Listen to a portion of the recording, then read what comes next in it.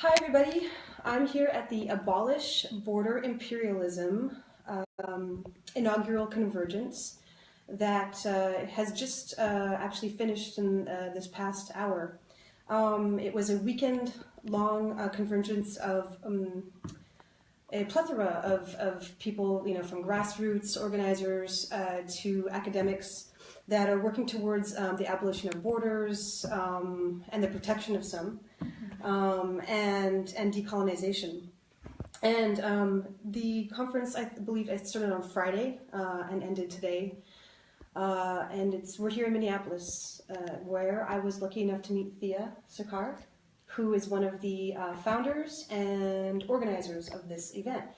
And I was hoping that she might be able to give us a little bit more information about this, what I think is a groundbreaking convergence of people and a really forward-thinking event that I hope happens again very soon.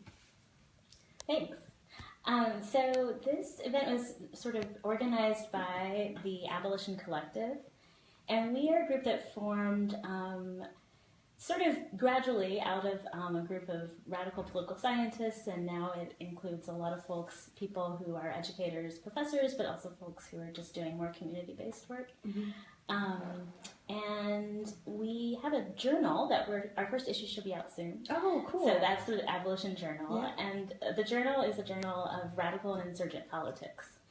So, nice. We draw our inspiration for abolition from the abolitionist movement against chattel slavery, but we see that as being something that's a lot broader, and it's about abolishing the ways that incarceration and imprisonment and enslavement and oppression carry over into so many different parts of life, and particularly in life under the kind of state conditions of power and repression that we are under right now. And so, we brought together these two ideas, that of abolition and that of border imperialism, for this convergence, because we are really aware of how borders are things that are, there are real material demarcations and spaces where some people are allowed to go and others are not, where corporations can go and people cannot. And yet, on the other hand, there are ways that a lot of us still carry the borders and the marks of colonization and enslavement in our bodies, right? In ourselves and our hearts, even in the way that we do things. Even in the way we do things among other folks who are like-minded, seeking for justice, and people on the left trying to work, work in radical ways, we still replicate and reproduce a lot of those kinds of oppression. And so this convergence is our first attempt at creating a space where we can bring together people who are interested in similar problems of just really the harm that power holds in so much of our lives, and state power. And we were really excited and also honored to have it here in the unceded Dakota territories, where the fight for the recognition of the rights of the land and the rights of the first peoples on this land has been going on for so long, and has been, even though for, I'm sure, many of your viewers, for folks within the community, in the Native community, there's an awareness of that history. It's just been glossed over or covered up, even among people who say that they're in favor of recognizing the struggles of people of color. And so we wanted to foreground and place really at the center an acknowledgement of that, the fact that this space, where many of us are struggling in different ways, is a space that was originally a Garden of Eden for the Dakota people. And so we were able to bring in, we're here today in the Division of Indian Work building, which was designed by a Native architect over 30 years ago. Yeah, I was really happy to come to this space. Yeah. I was really surprised and happy that we were able to be here. Yeah, and that's special because it's a space where the centrality of spirituality and of Native values was built into this space. Mm-hmm. It's also been a space where folks have been, trying to struggle with, and a space that's become gradually over time more and more Native led. Mm-hmm. So it started more in that spirit of let's help these people, mm-hmm. and then as over time the Native leadership has taken over in really productive and good ways, and the executive director here is Native, and they've been really generous in allowing us to use the space. And we were also able to partner with a chef from the Minneapolis American Indian Center, and they're just down the street. It's another social services organization that has elders groups, and they have a cafe there that is Native run. Native run, and the chef his heart is really to bring kind of traditional foods and into the sort of urban Native community, but in ways that are really healthy and give life in so many. Yeah, the wild rice salad was the bomb. Yes, exactly, and that's maple based, all native foods. A lot of the stuff is from locally around here. That was very enjoyable. So being able to partner with these different Native folks, we also had elders who came in on Saturday and Sunday mornings to do opening ceremonies for us, and I think for folks, I think there are people in the room who had never really been present at a Dakota ceremony, and that was really powerful for them to be able to see that.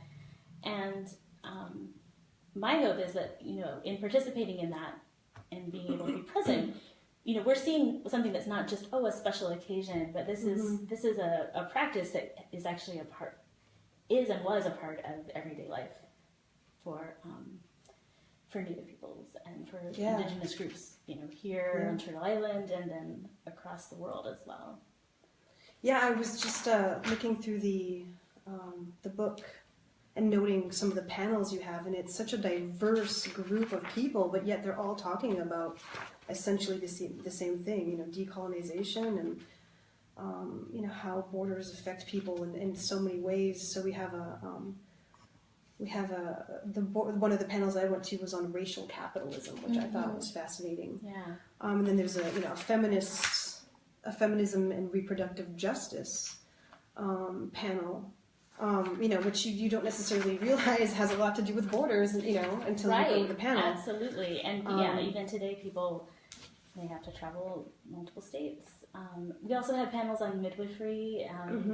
There's a lot that's happening in this community in this Minnesota area that is around trying to reincorporate and go back to older ideas of childbirth. Yes, that can really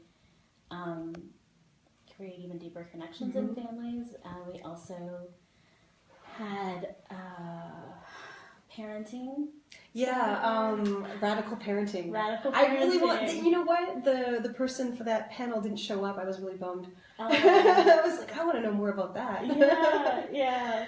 I think some folks had a conversation about that later. Just trying, parents and even folks a lot of us who aren't biological parents, we still have a lot of kids in our lives. Absolutely, right? absolutely. And, well, we have to raise them right.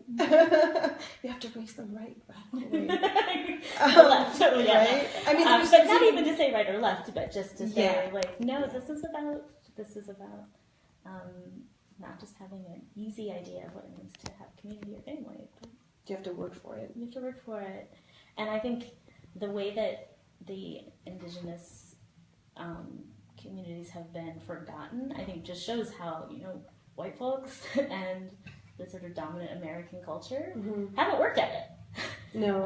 Well, when things are easy, yeah. people become complacent. Yeah. And so it's not necessarily that these people are even to blame, but it's almost like human nature, to think that, there's no such thing as racism anymore. There's, if you don't see it, or if you're not aware of what it looks like, not a lot of people are aware of what a microaggression is, we were just talking about, Cambridge, where Massachusetts, where a lot of people say they're not racist, but yet they really are. you know. But I'm really happy that you had Nick Estes here to speak about his Dakota history and family, and here to do a plenary address, and also, of course, to speak about Standing Rock, which was nice too. But as he said too, it's time to talk about some other things. One thing that was okay. Oh yeah, and then I'm just really happy to see that there was an international panel as well, where you were talking, where some people were speaking about Africa and Israel and no borders in France than in the UK. I mean, and then of course Australia. I mean, this is great. Right. Yeah. Speaking of another place with that. Yeah. Yeah, and I think one thing that Nick did in his plenary discussion, and that we sort of talked about in the broader conference overall, is the connections between Native struggle and Black struggle, and how at times the government or the state really tries to divide us against one another, or to sort of say, well, there's not that many resources, so basically set it up as a competition. Well, conquer and divide. Exactly. Or divide and conquer. Divide and conquer. And so, especially because, there was a lot of controversy here in Minnesota last year over one of the local art museums put up this scaffold art project that was essentially a replication of the site where the 38 plus 2 were executed on the order of Abraham Lincoln. Right? And so the Native community was very vocal and successful in getting that taken down.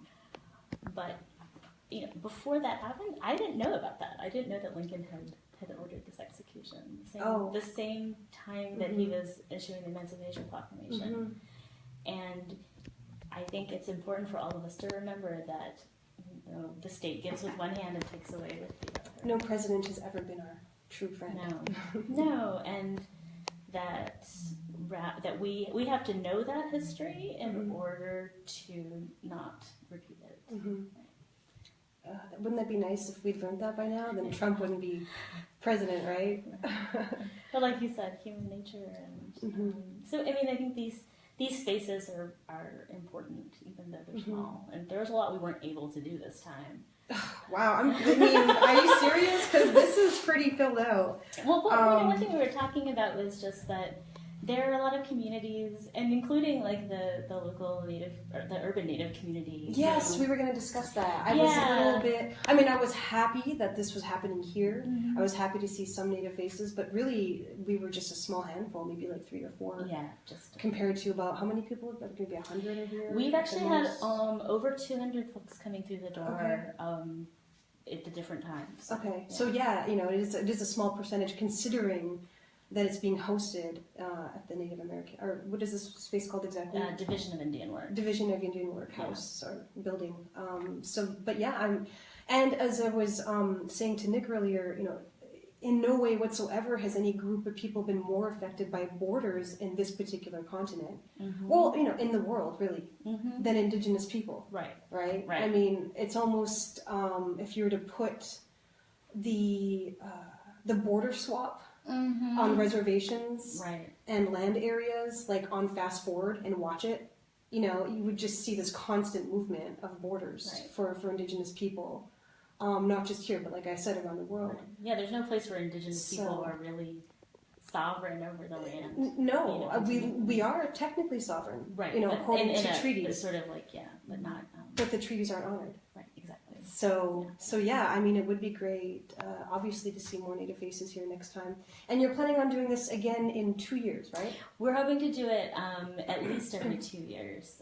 But if more folks are able to get involved, and we had a handful of people on the ground here, and I'm also pretty new to the Twin Cities. That's also what happens when you're, a lot of us who are teachers are just moving around a lot, trying to know where the jobs are. So we're hoping to, as we release the first issue of our journal, Abolition, we're hoping to be able to distribute that really widely, and also to draw more folks into creating these spaces locally. So we're talking about maybe doing some regional gatherings that are a little maybe not even smaller, but just maybe like a one-day gathering. And well, I'd like to join.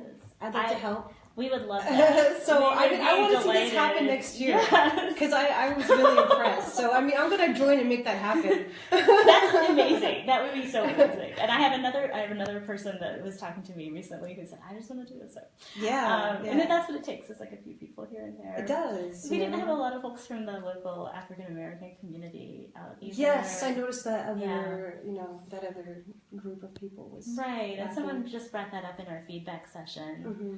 And particularly about Black women who have been at the heart of the abolition struggle, yes. right? And even today are the sort of most vocal voices advocating for folks who are on the inside in prison, and who are holding together like communities, right? And that's something that's true of women and femmes and folks in a lot of communities. And so I think that we see that there's a lot of ways that we want to grow and become more of what we want to be. We're stumbling into it. Yeah. Nick was teaching me how to say some of the place names, and even in the plenary, even at the introduction, I sort of stumbled over them. Did he teach you how to say Minneapolis properly? Yeah, and like Ocheti Shakoi. Oh, yes. But I hesitate, right? And I think that to me that learning process, the fact that I stumble and the fact that we're trying is part of what we want to do. Right? Yes, absolutely.